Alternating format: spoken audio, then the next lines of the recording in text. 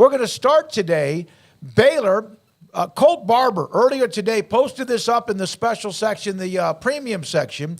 There has been a big change made with Baylor's NIL partner, GXG, regarding football. Baylor's philosophy, and this is the first year they really did this. They were behind the curve. Sometimes they will say, no, they weren't. But they just started it, and everybody on scholarship was getting an X amount of money that was very comparable to the upper probably third of the Big 12 per scholarship player, and even some walk-ons. And I haven't really been able to confirm the walk-ons, but I believe there's a number of those too. But there was no money when it comes to, well, certain players have more value than others. It all depends on how you feel about that, but we know it's there. It's been there now for a couple of years. And Baylor, GXG, has now come double down. And that will change effective 24-25, including perhaps even a possible hit or two when it comes to the next class that signs in December, and retaining players on their current roster, no matter what the coaching situation is, and the transfer portal.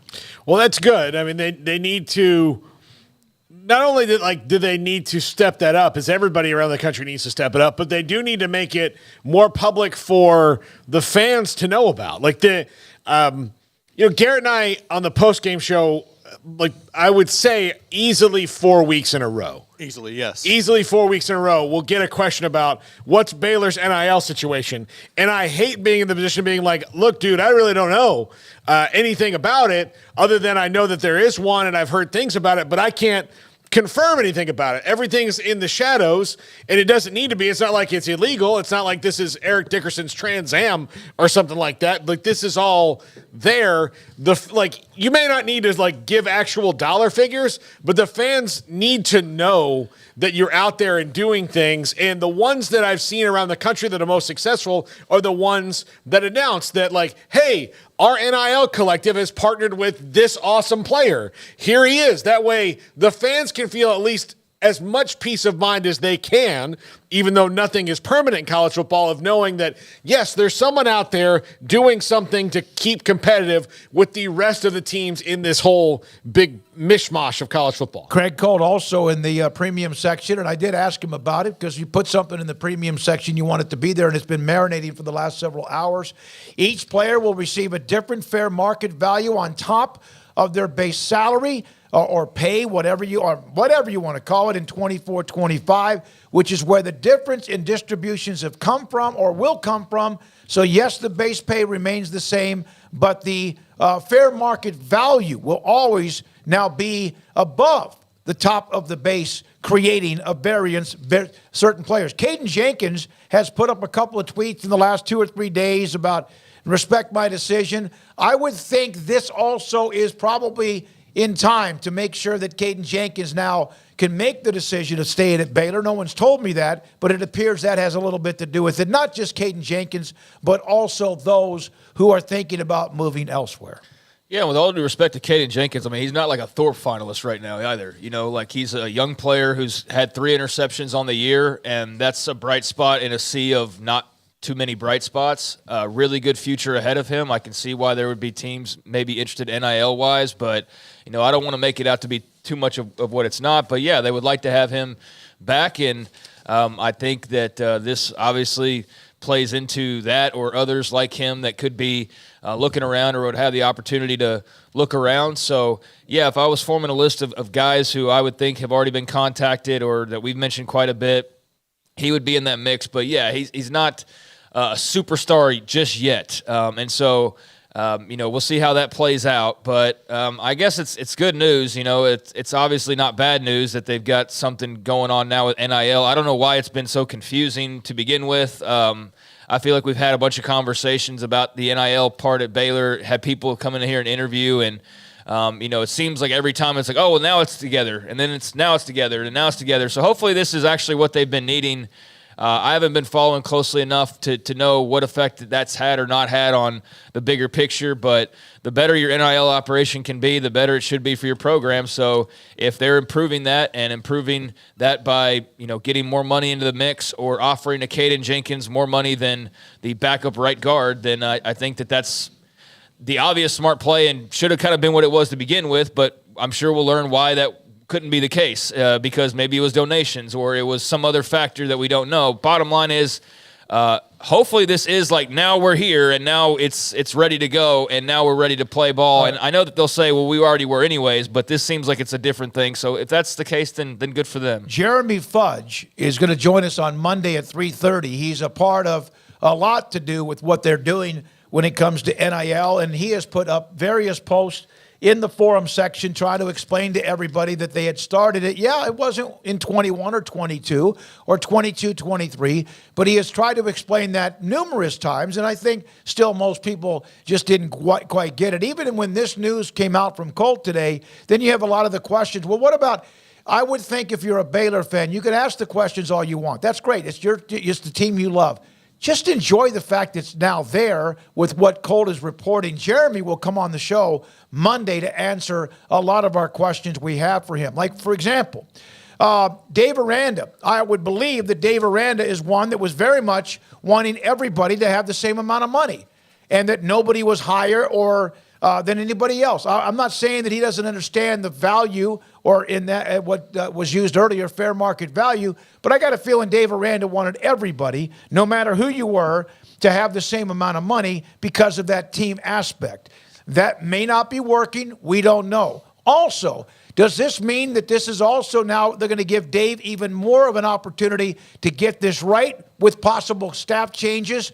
Or is this also they've not sure what they're going to do with his future, but no matter what, whoever is the head coach, Aranda or otherwise, will now have this, whatever it is, NIL to deal with? Well, look, if you're going to have a team full of 85 players that all think they're worth the same amount, then you're going to have a problem. I mean, anyway, like you want to set a baseline there. Well, they're not dumb. Like you said, the backup guard, Craig, knows his value compared to Monterey Baldwin or whoever. Yeah, but, look, there are, do you think that just as Alabama last year where everybody knew Bryce Young or Caleb Williams right now, they're really good big money players at USC, but do any of them, are they like sitting around their dorm room thinking like, man, I'm worth as much as Caleb? Like, no, like the smart ones aren't, and the ones that think that are dumb and they're going to have a problem wherever they go. So yeah, I think that some of that, like I get wanting everybody to have the same baseline and that makes it fair because you all start out the same. This is not the pros. There's not like recruiting is not the draft, right? So, the fifth round draft pick and the first round draft pick have different values on where they're drafted, but there does need to be some like, well, you got offers from this school and financial offers from here to be competitive in the marketplace. If you want the guys who are like Torian York that you lost to A&M, you're going to have to pay him what A&M's paying him. Bottom line. Yeah, I think that's a nice idea that you'd pay everybody the same, but I can see in a half a second why that would be problematic. Mm-hmm. And I think when you watch them play, it almost makes me think, well, shoot, no wonder everybody's just kind of flatlined. They play the same. Like everybody's just kind of the same. So that just fits, I guess, across the board. But that seems like an idea doomed to fail, especially when you're going to have people in the ears of Kaden Jenkins or any Richard Reese. You're not playing like, hey, here's $10,000 a semester or whatever. That's an easy picking right there. Oh, they're paying you. You're getting paid the same as the center, and you've got 8 touchdowns on the year. Tell you what, we don't have those rules. We'll give you $25,000. So, yeah, that seems like something that is a nice idea, but it's not really realistic in the grand scheme of college football. And so that's something obviously to correct. Like we know Texas Tech, how they pay their offensive linemen. There's a big announcement about that. Texas, when they started offering offensive linemen money, or Texas Tech was actually like the team-wide thing, even walk-on. So we've heard those types of stories. We've heard nary a peep out of Baylor. I mean, they're a private institution, so they don't really talk money anyways, but I'm curious to see how open they will be with this. So I guess we'll learn those questions. The school can't be, but the collective can be. Right, but much I'm talking more in general about the programs yeah. that they are announcing and letting it be known that they're having this money available to spend on players. Like that's not something that they were shying away from when the headlines were out there. So yeah, it's not announced by the school, but it's basically promoted by the school. Mac has told us how many times that they were about to make that change. I think still everyone thought it was going to be 2 or 3 weeks ago. Hold on, let Craig finish. Yeah. But it does. I'm telling you right now, it's on the verge of being in overdrive. Okay, well that's great. I guess we'll see when it happens then. But I mean, good that they're working on it, and good that they're trying to get their ducks in a row here, and hopefully it helps whoever it needs to help here. One of the things I've done just since all this came about is when you hear about collectives, I'll go follow them on social media because I want to see how they talk about things. And, you know, when you, like, if you follow some of USC's collectives or FSU or Georgia or whoever, whenever, like, if Brock Bowers signs a deal with them and they get a deal for Brock Bowers, they tell you about it. That I've not seen any of that from Baylor. Promote it. Yeah, they promote it, which is the point of name, image, and likeness. Yes. And so that's where Baylor, to me, has been, because none of their fans know. That's the thing. Like, none of this needs to be a secret. This is not the old days.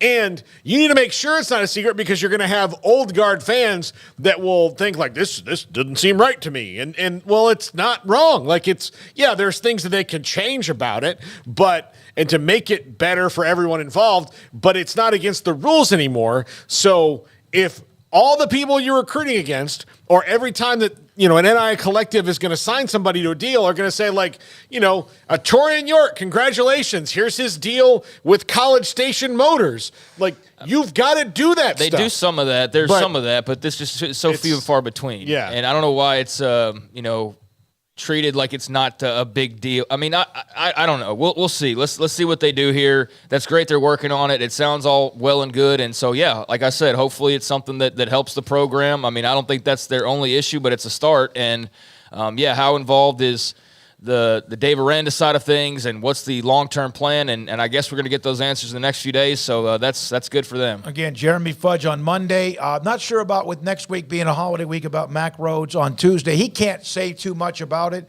but Colt did a great job today popping that story. And here's one of the other parts that he said in this. This change, I was told, is for the long-term improvement of the football program, was made for the immediate health of the program. The move is not made with any specific player in mind. Understanding the market value for individuals will always fluctuate. The change will elevate total payouts for all scholarship players and allow for a much higher ceiling for those players who have valuations on their NIL. I do know this, that Kaden Jenkins has been, no question, people have contacted him as his name is one of them. He's not, like Craig said, a Thorpe Award winner, but that might have also been a part of like, okay, wait a minute, we're already struggling here. The last thing we need to do is lose. And that doesn't mean they won't lose anybody anyway, depending on what they do with the coaching change and or what this means to stabilize and also increase the talent on the roster. Now, Jeff